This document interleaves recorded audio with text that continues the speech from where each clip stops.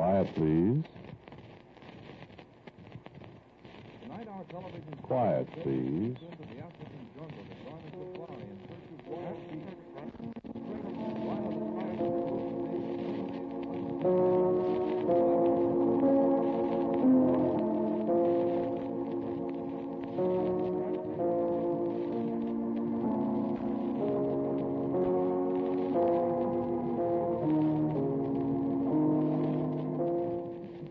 The American Broadcasting Company presents Quiet, Please, which is written and directed by Willis Cooper, and which features Ernest Chappell.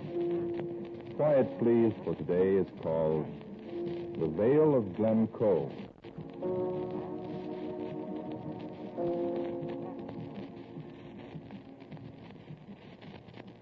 You go right through Santa Barbara on the coast road. Then 6 miles later at Goleta, 150 branches off to the right, up through Gaviota Pass. Named for the seagull that Gaspar de Portola shot there in 1769.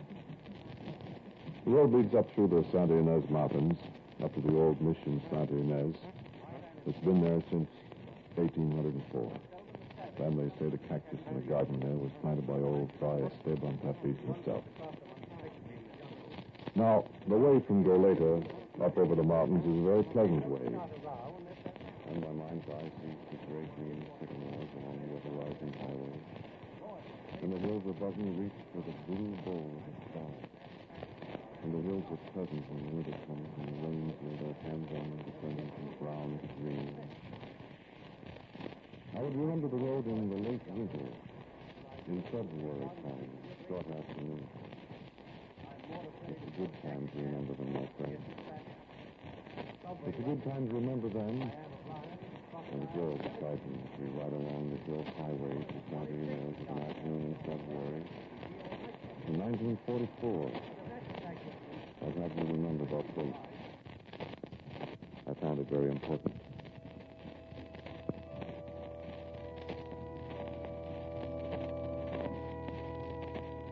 The girl beside me in the car along the road, the innocent, hard-won road that was first trod by the old Franciscan friars more than 2 centuries ago. And the winter green of the hills and the blue of the sky. And an uneasiness hurt in my heart. A premonition of darkness and haunted places half remembered. So that the girl felt the edges of my mood and fell silent. And after a while spoke as the shadows of the grove of sycamores slid along the length of the car, and we rode for a moment in the shade. Tired, Alan? No. Not tired. Sad about something?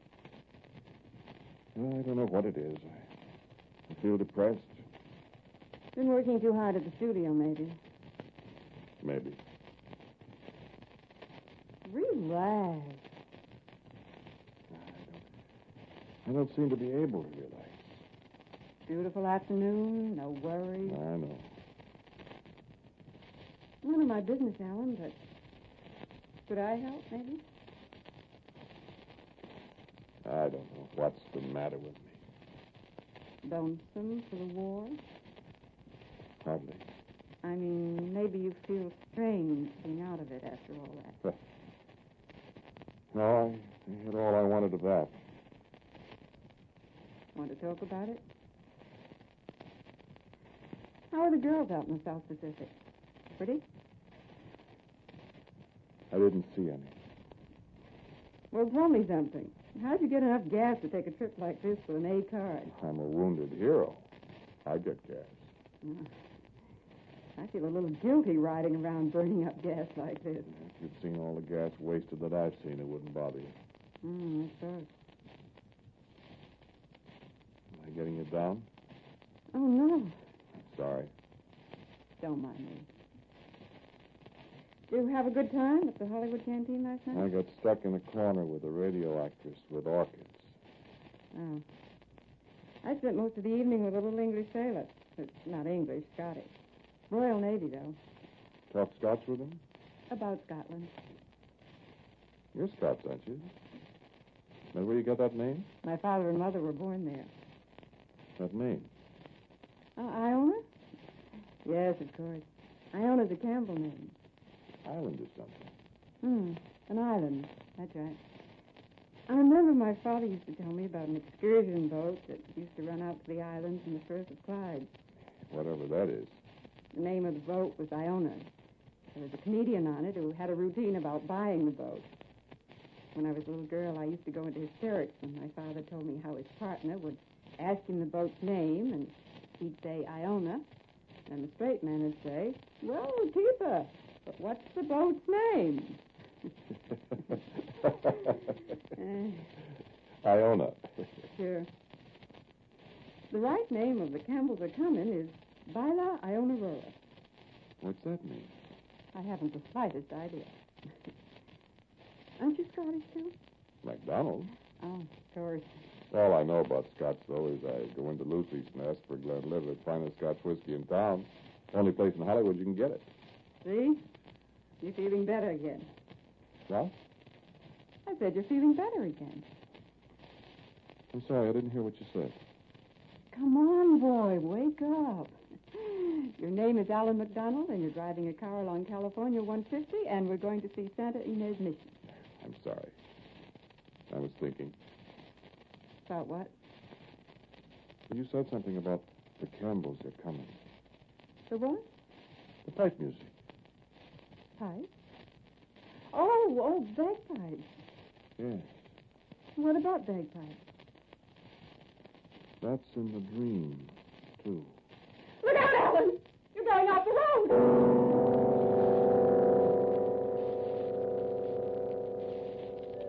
The words of the old man come back to me slowly.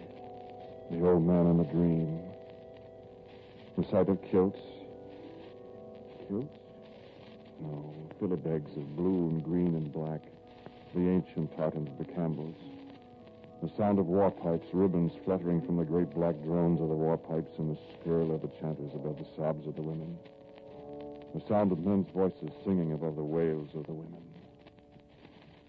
The great Argyle, he goes before, he makes the cannons and guns to war.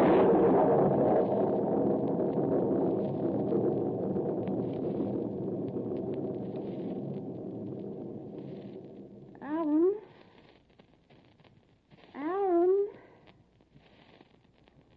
I'm all right. What happened? Darling. You drove right off the road.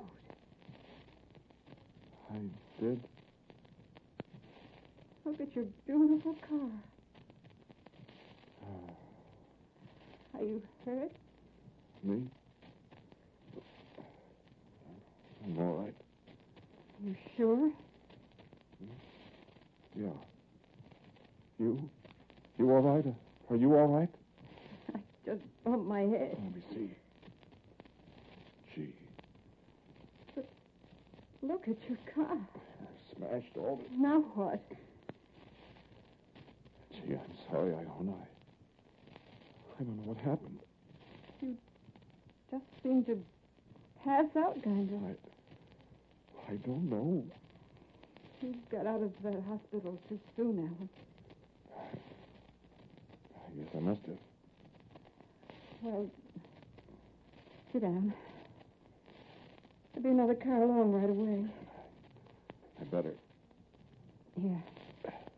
Oh, thanks. Okay. I'm awful sorry, Iona. Think nothing of it. What'd I do? Just black out? You just sat there with your eyes turned up. I never saw anything like it. I'm sorry. And singing. Sing? You said you didn't know anything about Scotch things. Huh? Where'd you learn the words to The Campbells Are Coming?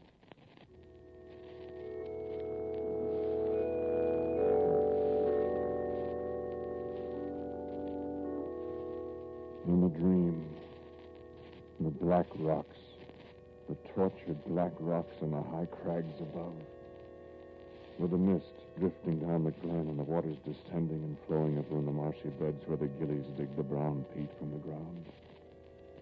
A place where man was not meant to exist. A place primeval and awful, death-haunted and grisly beyond my words. The very path, blood-soaked and horrible. Clinging back the light of day in the good yellow sunshine, seeming the very mouth of blackest hell itself. Where shall I, waking, see such desolation, such dismal horror? Tis the very gate of death. The voice of the old man. Glen Cove. The tall old man with the white hair. Glen The Cove. old man, the old fox. MacDonald of Glen Cove.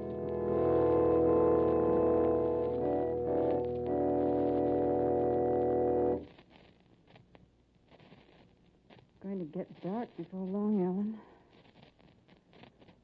What time is it? My watch stopped.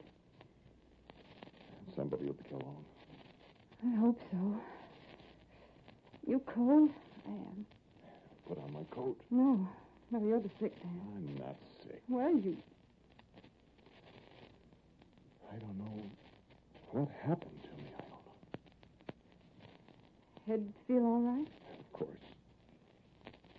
My legs are getting stiff. Want to walk a little ways? Somebody will be along. If you feel strong enough. Oh, I'm all right. Help you up. Thanks. Which way? Well, we were going this way. As a matter of fact, I think Las Cruces post office is up the road a piece. Not far. I've never been up here. I have. Should be somebody there anyway. We can sit down. Maybe use a phone. Wait for me. Come on. Those are no shoes to go for a walk in, Iona. I didn't expect to take a walk, Dorothy. I'm so sorry. I'll forget it. Let's step out a little. I'm freezing. Come on. Don't sing that. Oh, what's the matter? I don't like it. What? Sorry. Thanks. I'm worried about you, Alan. I'm all right. I know, but What? you're a nice guy. You're a nice girl, Iona. Thanks, Mac. What about that dream? Dream? Nightmare, I can't remember, Iona. Can't. No. Won't. Now, look, little girl, I've been psyched by experts. I'm not trying to psych you. Excuse me. Ah, A little sensitive, I guess. now stop it. Well, guy gets his head batted in. You know, all the docs. This guy okay for sound? You know. You shouldn't have gone back to the studio so soon after getting out of the hospital. I know, but they need training films, and I'm the guy who knows how to be the big, fat, technical advisor. Only what? I don't like to have people looking at me wondering if I got all my buttons or not. You can laugh. Ah, you're all right, baby. All right. I go into a trance and drive off the road with my best girl alongside me. What did you say? I said I go into a trance and No. Well, the last part of it. Huh? Well, About the best girl. That part. yeah, with... Huh? Could be you meant that, Alan? You don't think I'm off my rocker a little? Huh? I sure don't. What do you mean? Well, if you don't think so, then I meant it. Alan, What? would you have a kiss for your best girl?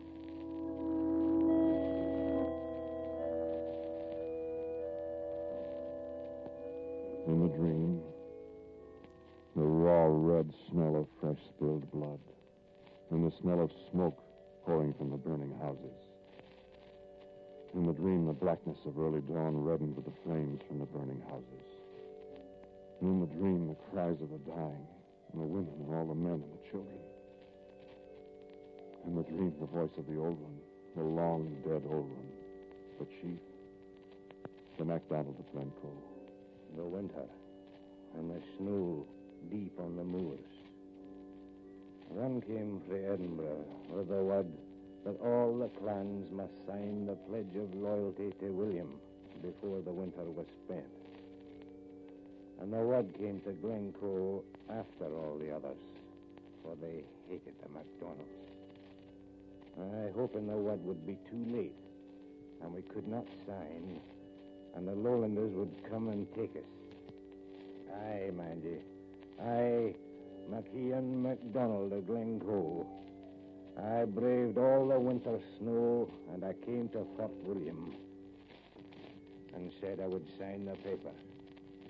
And they sent me away to the sheriff of Inverary. And again, through the snow I went, and I set my name to the paper for the sake of all the MacDonalds of Glencoe, that they might not forfeit their lives. And I was content, for they would live, and there would be peace among us all, Hieland and Lowland alike. Aye, and the lambs reeked in peace in the morning again the high dread rock of the glen. The voice of the old man, the chief, the old fox in my dream. And in my dream, the wailing of the pipes, the MacDonald pipes, the lament for Glen Cove.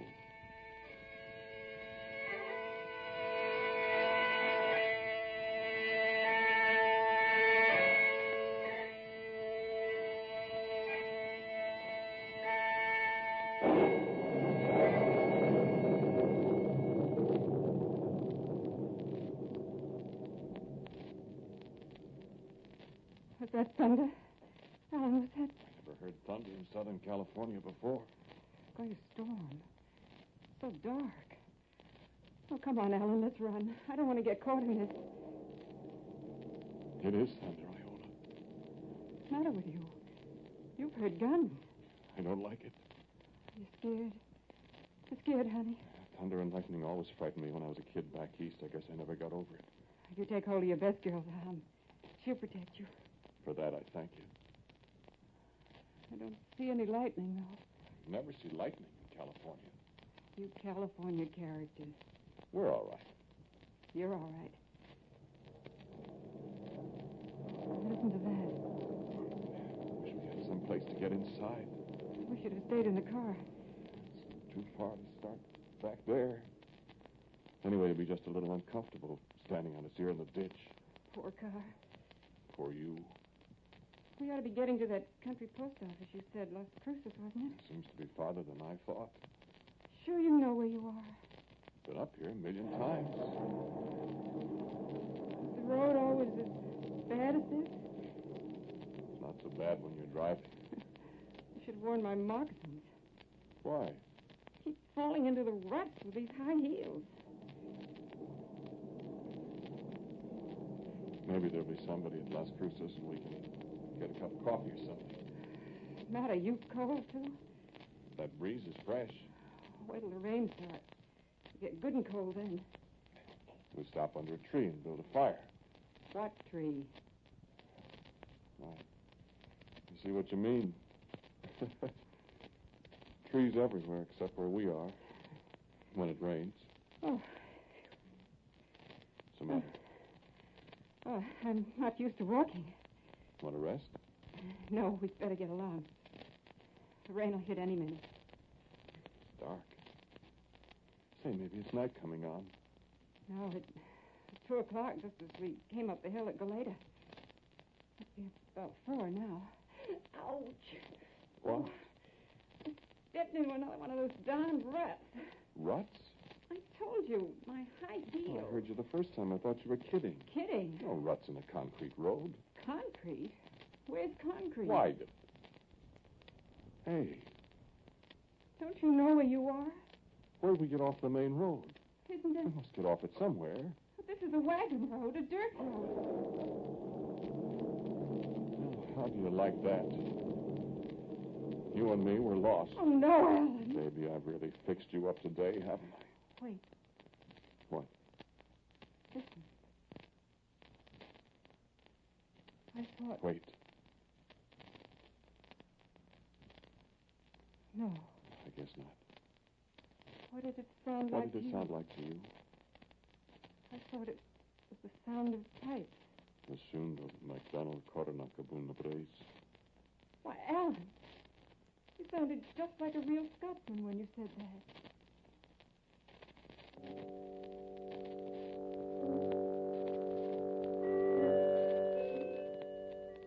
The Coronach of my dreams.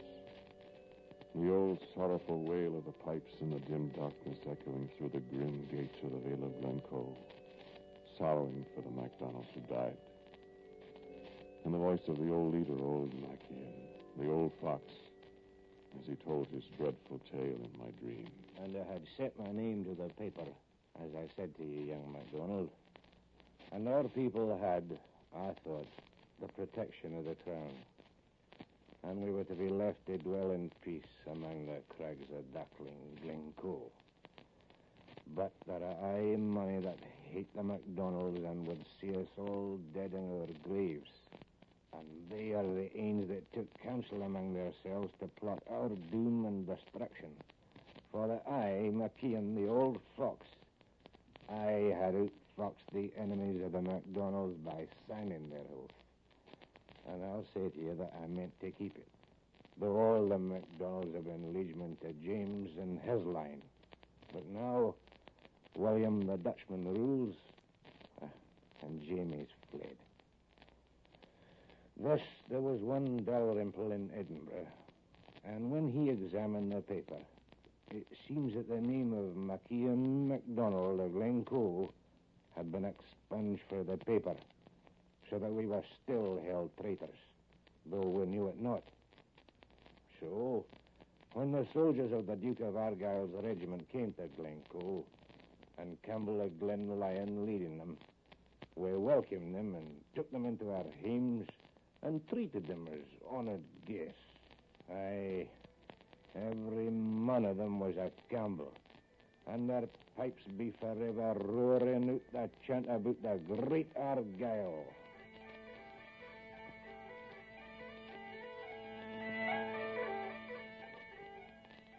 And when the MacDonald pipes skirled, it was only the old reels and the strathspeys. And the MacDonald pibroch was never heard for the roaring of the Campbell war pipes in the Glen. And the dismal black crags of the Glen gave back the sound, the bella Iona roar to MacDonald ears.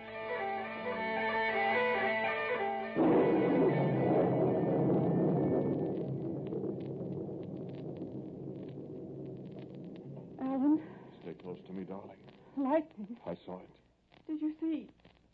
Great, high, dismal black rocks I saw, Alan. Great, horrible, jagged crags and a stream splashing down among them.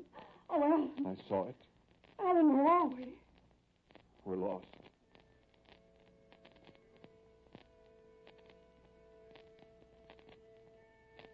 Alan, listen. I do hear it. I do hear the pipe. Alan? Alan? In the darkness. In the lightning-splashed darkness, in the rain and the mist, many things are revealed.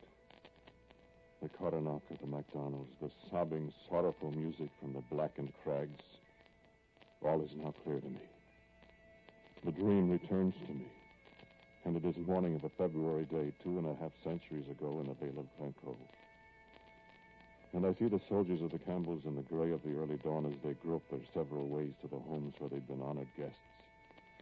And the glint of little lights on the naked claymore blades bodes ill for the MacDonalds.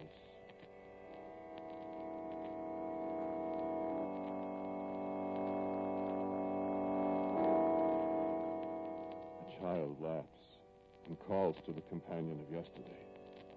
The claymore slashes down at him and the massacre has begun.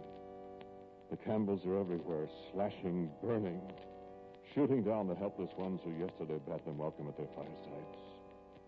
Put all to the sword that none may escape, the secret order said to them. And the Campbells did well their work. And this is the dream I could not remember. save for the old man, the old fox, that fell, the last of them all, beside his hearth that morning in Glen Cove. In my dream, I heard his dying words, "Cursed be ye all." And the claymore of the Campbell struck him fair between the eyes.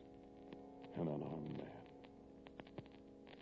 But still in the dream, his voice went on. You are a MacDonald. Never forget it. Never forget that the MacDonalds of Glencoe shall be revenged against the Campbells. Never shall one of the name of Campbell enter the dark, the blood-haunted vale of Glencoe. Never, never, never. And when you hear the coronet of the MacDonalds, remember...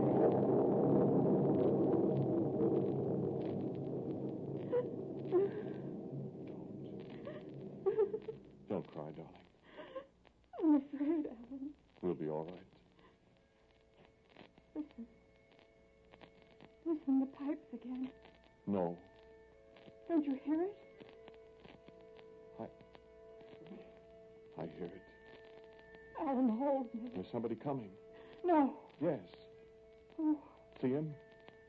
See him in the lightning flash? why, it's the man with the bagpipe. What am... Wait, Iona. Hey! An old Scotsman that lives... Come on. Let's go talk to him. Maybe he... Wait for me. Hey, friend. Watch your step, Iona. He scares me. Ask him where we are and let's get out of here. Excuse me, sir. Would you mind telling us where we are? I smashed my car and I guess we got lost. You didn't ken where you are, then, MacDonald? Why, how did you... I heard that. You've heard my voice. I am MacIan MacDonald. In my dream. Welcome him, MacDonald. You're in the Vale of Glencoe. Glencoe? Welcome him. You and your lady. Alan. Wait, Iona. Iona? I am Iona Campbell.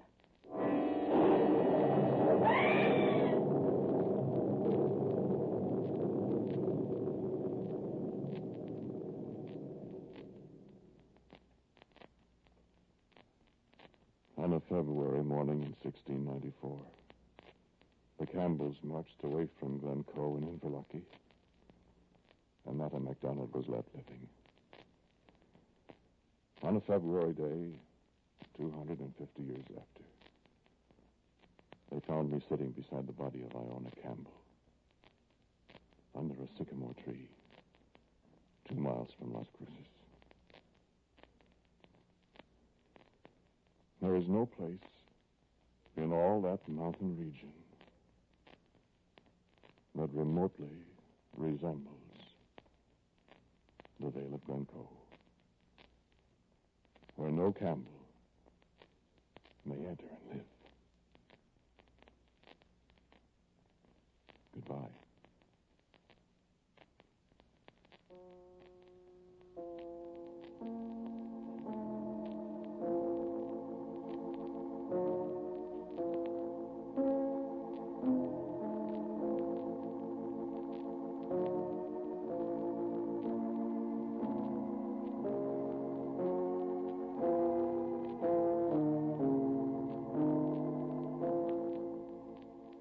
The title of the Quiet Please story you have just heard is The Vale of Glencoe. It was written and directed by Willis Cooper, and the man who spoke to you was Ernest Chappell. And J. Pat O'Malley was MacIan MacDonald. Helen Choate played Iona. Music for Quiet Please, as usual, is by Albert Berman. The pipe music was by Pipe Major James Petrie. Now for a word about next week, our writer-director, Willis Cooper. Thank you for listening to Quiet, Please. For next week, I have a story for you about black, or at least dark gray magic. It's called As in a Glass Darkly. And so, until next week at the same time, I am quietly yours, Ernest Chappell.